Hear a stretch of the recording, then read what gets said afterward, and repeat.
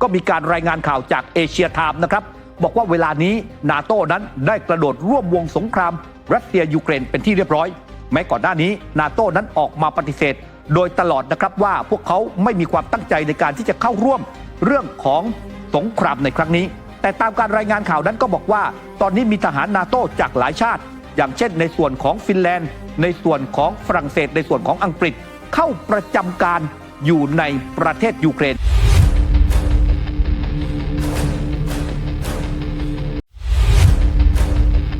คุณผู้ชมครับล่าสุดช่วงกลางสัปดาห์ที่ผ่านมาทางด้านเยนสโตเทนเบิร์กเลขาธิการนาโต้ก็ได้เดินทางไปที่กรุงเคียฟนะครับเมืองหลวงของยูเครนแล้วก็ไปเจอกับทางด้านวโลดิเมียร์เซเลนกี้ผู้นำของยูเครนทั้งสองฝ่ายนั้นได้มีการเจรจาพูดคุยกันหลายเรื่องหลายประเด็นแล้วก็ออกมาแถลงข่าวร่วมกันโดยทางด้านเยนสโตเทนเบิร์กนั้นเนี่ยครับยังบอกกับทางด้านวโลดิเมียร์เซเลนกี้ในลักษณะเชิงปลอบใจแล้วก็ให้ความหวังครับว่าเวลานี้ถ้าดูจากสถานการณ์การสู้รบแล้วก็ต้องบอกว่ายูเครนนั้นเนี่ยกำลังเจอกับภาวะวิกฤตทั้งขาดแคลนกำลังพลทั้งในเรื่องของการขาดแคลนอาวุธยุทโธปกรณ์แต่เยนสโตเทนเบิร์กนั้นก็บอกว่าเวลานี้มีข่าวดีครับข่าวดีนั่นก็คือสหรัฐอเมริกาสภาคองเกรสนั้นผ่านงบประมาณ 61,000 ล้านดอลลาร์สหรัฐเพื่อที่จะจัดสรรอาวุธชุดใหม่ให้กับทางด้านกองทัพยูเครนเยนสโตเทนเบิร์กนั้นก็บอกว่าเวลานี้อาวุธนั้นกำลังถูกดำเนินการในการที่จะจัดส่งมาให้กับทางด้านยูเครนในขณะที่ฝั่งของวโลดิเมียร์เซเลนกี้นั้นก็บอกนะครับว่าที่ผ่านมาความชักช้าของอาวุธและก็การอนุมัติงบประมาณของภาคตะวันตกและพันธมิตรของยูเครนนั้นก็จะเห็นผลถึงความเสียหายที่กำลังเกิดขึ้นในยูเครนนั่นก็คือทหารในแนวหน้านั้นบาดเจ็บล้มตายเป็นจำนวนมากแล้วก็พื้นที่นั้นถูกยึดครองเพิ่มขึ้นตลอดทุกวันแล้วก็หวังว่าเมื่อผ่านงบประมาณมาเป็นที่เรียบร้อยแล้วอาวุธต่างๆก็จะถูกจัดส่งให้กับทางด้านกองทัพยูเครนเนี่ยได้อย่างรวดเร็วไม่ล่าช้าเหมือนที่ผ่านมาแล้วถามว่าอาวุธยุทโธปกรณ์ชุดแรกๆที่ทางด้านยูเครนนั้นจะได้รับคืออะไรอย่างแรกเลยนั่นก็คือระบบป้องกันภัยทางอากาศนะครับนั่นก็คือเจ้าแพทริออตที่คุณผู้ชมเห็นอยู่ณขณะนี้ซึ่งมีการรายงานข่าวนะครับว่าทางด้านกระทรวงกลาโหมของสหรัฐอเมริกาหรือว่าเพนทากอนนั้นได้มีการจัดสรรแพทริออตเนี่ยนะครับเอาไว้ให้กับยูเครนแต่บอกว่าชุดแรกๆที่มานั้นเนี่ยจะมาเฉพาะระบบป้องกันนะครับแต่ว่าเรื่องของจรวดหรือว่าขีปนาวุธสำหรับสกัดนั้นยังมาไม่ถึงเอาง่ายๆคือเอาระบบมาติดตั้งแต่ยังไม่มีจรวดในการสกัดกั้นก็เหมือนกับเอาแท่นหินแท่นเหล็กมาวางเอาไว้เฉยๆและอาจจะกลายเป็นเป้าหมายให้กองทัพยูเครนนั้นเนี่ยทำลายก่อนที่ขีปนาวุธนั้นจะมาถึงอีกด้วยนอกจากนั้นครับคุณผู้ชมครับนั่นก็คือสิ่งที่สหรัฐอเมริกานั้นเพิ่งตัดสินใจในการจัดส่งให้กับกองทัพยูเครนหลังถูกร้องขอกันมาอย่างยาวนานนั่นก็คือขีปนาวุธทางยุทธศาสตร์ของกองทัพบกที่เราเรียกกันว่าแอคแท็กซิมจริงๆขีปนาวุธตัวนี้เนี่ยครับทางด้านของกองทัพสหรัฐนั้นเนี่ยมีการจัดส่งให้กับกองทัพยูเครนมาก่อนหน้านี้แล้วแต่เป็นพิสัยกลางระยะทำการนั้นเนี่ยประมาณ180กิโลเมตรเท่านั้นนะครับแต่ว่าตัวใหม่ที่มีการจัดส่งกันมานั้นระยะทำการคือ300กิโลเมตรด้วยกันกลายเป็นพิสัยไกลนะครับซึ่งแน่นอนว่าการดำเนินการลักษณะนี้เนี่ยมีการออกมาแฉนะครับว่าสหรัฐอเมริกานั้นเนี่ยจัดส่งมาตั้งแต่ช่วงกลางเดือนมีนาคมแล้วนะครับก่อนที่งบประมาณจะผ่านสภาคองเกรสเสียด้วยซ้ำมีการแอบส่งมาก่อนและล่าสุดนั้นมีการรายงานข่าวนะครับว่ากองทัพยูเครนนั้นได้มีการใช้แอคแท็กซิมนั้นเนี่ยโจมตีเข้าไปพื้นที่ของไครเมียแต่ว่าถูกกองทัพของรัสเซียนั้นสกัดเอาไว้ได้อีกตัวหนึ่งครับที่จะมีการจัดส่งมาให้กับทางด้านกองทัพยูเครนนั่นก็คือขีปนาวุธไฮมาร์สนะครับที่จะมีการจัดส่งมาให้รวมถึงกระสุนปืนใหญ่ขนาด155มิลลิเมตรดังนั้นก็ต้องรอดูนะครับว่าเมื่อได้สิ่งเหล่านี้มาแล้วเนี่ยฝั่งของยูเครนนั้นจะสามารถตอบโต้รัสเซียได้มากน้อยขนาดไหนในขณะที่รัสเซียนั้นเนี่ยครับกำลังรุกคืบยูเครนกำลังเพลียงพล้ำก็มีการรายงานข่าวจากเอเชียไทม์นะครับบอกว่าเวลานี้นาโต้นั้นได้กระโดดร่วมวงสงครามรัสเซียยูเครนเป็นที่เรียบร้อยแม้ก่อนหน้านี้นาโต้นั้นออกมาปฏิเสธโดยตลอดนะครับว่าพวกเขาไม่มีความตั้งใจในการที่จะเข้าร่วมเรื่องของ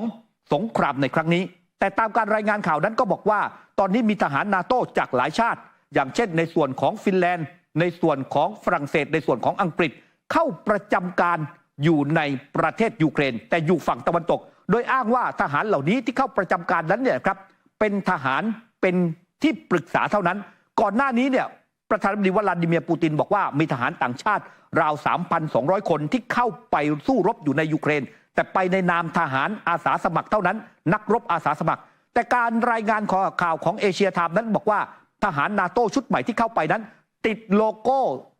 เรื่องของธงชาติแต่ละชาติเข้าไป และมีการรายงานข่าวว่าที่บอกว่าเป็นที่ปรึกษานั้นเนี่ยครับทหารเหล่านี้ล้วนแล้วแต่เป็นนักรบหน่วยรบพิเศษทั้งสิ้นและรอจังหวะเวลานะครับในการที่จะได้รับคำสั่งเพื่อเข้าเผชิญหน้ากับกองทัพของรัสเซียและถามว่ารอเวลาไหนคุณผู้ชมสิ่งที่น่าสนใจนั่นก็คือว่ามีการวิเคราะห์นะครับว่า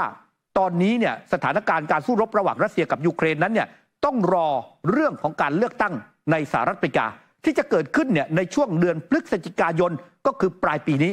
การเลือกตั้งในสหรัฐอเมริกานั้นเนี่ยครับเป็นการแข่งขันกันระหว่างทางด้านอดีตประธานาธิบดีโดนัลด์ทรัมป์กับประธานาธิบดีคนปัจจุบันนั่นก็คือโจไบเดนนักวิเคราะห์มองแบบนี้ครับว่าโจไบเดนนั้นเตรียมการเอาไว้ว่าถ้าตัวเองชนะการเลือกตั้งอำนาจทุกอย่างเบ็ดเสร็จอยู่ที่ตัวเองแล้วก็จะมีการสั่งการอาจจะเปิดฉากเนี่ยครับให้กองกำลังของนาโต้นั้นเนี่ยครับ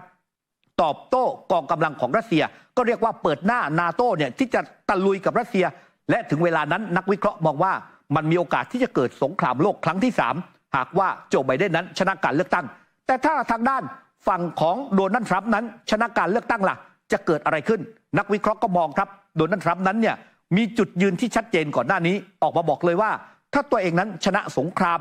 ตัวเองนั้นจะทำให้สถานการณ์ความขัดแย้งรัสเซียกับยูเครนนั้นเนี่ยสงบลงภายใน24ชั่วโมงโดนัลด์ทรัมป์บอกว่าทุกอย่างที่สหรัฐอเมริกานั้นเคยมอบให้กับยูเครนก็จะถูกตัดทั้งหมดนะครับไม่มีการส่งมอบให้และจะเรียกเนี่ยนะครับผู้นำของยูเครนไปพูดคุยเพื่อที่จะยุติความขัดแย้งในครั้งนี้นะครับนั่นคือสิ่งที่มันจะเกิดขึ้นทีนี้เนี่ยครับคุณผู้ชมครับสถานการณ์นี้เนี่ยมันอาจจะ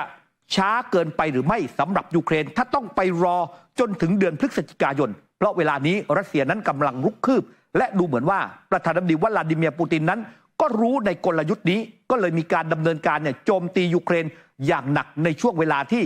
อาวุธของสหรัฐนั้นยังไปไม่ถึงยูเครนและในช่วงเวลาที่สหรัฐนั้นเนี่ยโดยผู้นำสหรัฐอย่างโจไบเดนต้องดำเนินการเนี่ยครับในการที่จะเตรียมการสำหรับการเลือกตั้งก็คงจะต้องรอดูเวลานี้เซเลนสกี้นั้นต้องการทหารใหม่เข้าไปประจำการในกองทัพให้มากยิ่งขึ้นพยายามที่จะออกกฎหมายแล้วก็เรียกระดมพลแต่ดูเหมือนว่ายังไม่เป็นผลขณะที่ตอนนี้เนี่ยครับชายชาวยูเครนนั้นส่วนใหญ่หลบหนีออกนอกประเทศไปอยู่ในสหภาพยุโรปซึ่งมีตัวเลขการประเมินเอาไว้ว่า 860,000 คนที่อยู่ในยุโรปล่าสุดครับลิทัวเนียเองโปแลนด์เองก็บอกว่าพร้อมที่จะส่งคนยูเครนเหล่านี้กลับไปเป็นนักรบและจะมีการพูดคุยกันในสหภาพยุโรปนะครับว่าจะดำเนินการอย่างไรเพื่อให้ชายชาวยูเครนที่หนีออกนอกประเทศนั้นกลับไปเป็นนักรบกลับไปเป็นทหารเพื่อสู้รบในสมรภูมิครั้งนี้นะครับในขณะที่ทางด้านคนหนึ่งที่มีบทบาทโดดเด่นขึ้นมานั่นก็คือเอ็มมานูเอลมาครงครับผู้นำของฝรั่งเศสผู้นำของฝรั่งเศสนั้นเนี่ยเคยพูดหลายครั้งนะครับถึงยุทธศาสตร์ของสหภาพยุโรปนะครับว่าเวลานี้ยุโรปนั้นควรจะต้องมียุทธศาสตร์ของตัวเองแล้วก็ล่าสุดนั้นเขาออกมาพูดเนี่ยครับอีกครั้งหนึ่งบอกว่ายุโรปนั้นเนี่ยไม่ควรที่จะต้องเดินตามก้นสหรัฐอเมริกาในทุกๆเรื่องนะครับควรที่จะต้องมียุทธศาสตร์ของตัวเองและสำทับด้วยว่าทางด้านในส่วนของฝรั่งเศสเองนั้นพร้อมที่จะเป็นแกนนำในการที่จะติดระบบป้องกันเนี่ยนะครับให้กับยุโรปโดยเฉพาะเนี่ยเรื่องของนิวเคลียร์เอ็มมานูเอลมาครงนั้นบอกแบบนี้ครับบอกว่าวันนี้เนี่ยชาติในยุโรปเขาพูดถึงยุโรปนะครับไม่ได้พูดถึงนาโต้บอกว่าชาติในยุโรปเนี่ยหลังจากที่ทางด้านอังกฤษนั้นเนี่ย Brexit ออกไปจากยุโรปแล้วประเทศที่มีนิวเคลียร์เป็นของตัวเองในยุโรปมีเพียงชาติเดียวครับนั่นก็คือฝรั่งเศสดังนั้นเนี่ยฝรั่งเศสก็พร้อมที่จะมีการดำเนินการพูดคุยเจรจาและเป็นแกนนำของยุโรปในการที่จะดำเนินการหาวิธีการป้องกันยุโรปในมาตรการของตัวเองโดยเฉพาะเนี่ยการป้องกันทางด้านนิวเคลียร์นะครับเอ็มมานูเอลมาครงนั้นบอกแบบนี้ครับบอกว่ายุโรปเนี่ยควรที่จะต้องหันหลังให้กับสหรัฐอเมริกาไม่ควรจะเป็นทาสสหรัฐอเมริกาอีกต่อไปเพื่อที่จะทำให้ตัวเองนั้นมียุทธศาสตร์ของตัวเองพัฒนาระบบป้องกันภัยของตัวเองพัฒนาเรื่องของอุตสาหกรรมกลาโหมเป็นของตัวเองเพราะถ้ารอแต่ที่จะพึ่งพาสหรัฐอเมริกานั้นท้ายที่สุดแล้วสหภาพยุโรปจะไม่เหลืออะไรเลยไม่สามารถที่จะสู้รบปรบมือกับใครได้ซึ่งแนวคิดของเอ็มมานูเอลมาครงนั้นหลายชาติเห็นด้วยนะครับว่าควรที่จะต้องเริ่มต้นตั้งแต่ตอนนี้แต่หลายประเทศนั้นหลายชาตินั้นก็บอกไม่เห็นด้วยเวลานี้ในส่วนที่กำลังเกิดความขัดแย้งแบบนี้ก็มีเพียงสหรัฐอเมริกาเท่านั้นที่ยุโรปจะสามารถพึ่งพาได้ก็คงจะต้องรอดูนะครับส่วนสำคัญนั้นคงจะต้องรอดูไปจนถึงช่วงการเลือกตั้งในปลายปี 2567 นี้นะครับของสหรัฐอเมริกาว่าท้ายที่สุดแล้วนาโต้นั้นเนี่ยครับจะลงมาเล่นเองแบบเต็มตัวถ้าถึงเวลานั้นนาโต้ตัดสินใจที่จะเล่นเองแบบเต็มตัวสงครามโลกมีโอกาสเกิดขึ้น ดังนั้นเนี่ยครับเราคงจะต้องจับตาสถานการณ์นี้อย่างใกล้ชิดหรือต้องมองไปว่าแล้วเวลานี้ประธานาธิบดีวลาดิเมียร์ปูตินผู้นำของรัสเซียนั้นจะรีบเผด็จศึกจัดการยูเครนให้แล้วเสร็จก่อนปลายปีนี้ก็คงจะต้องรอกันต่อไป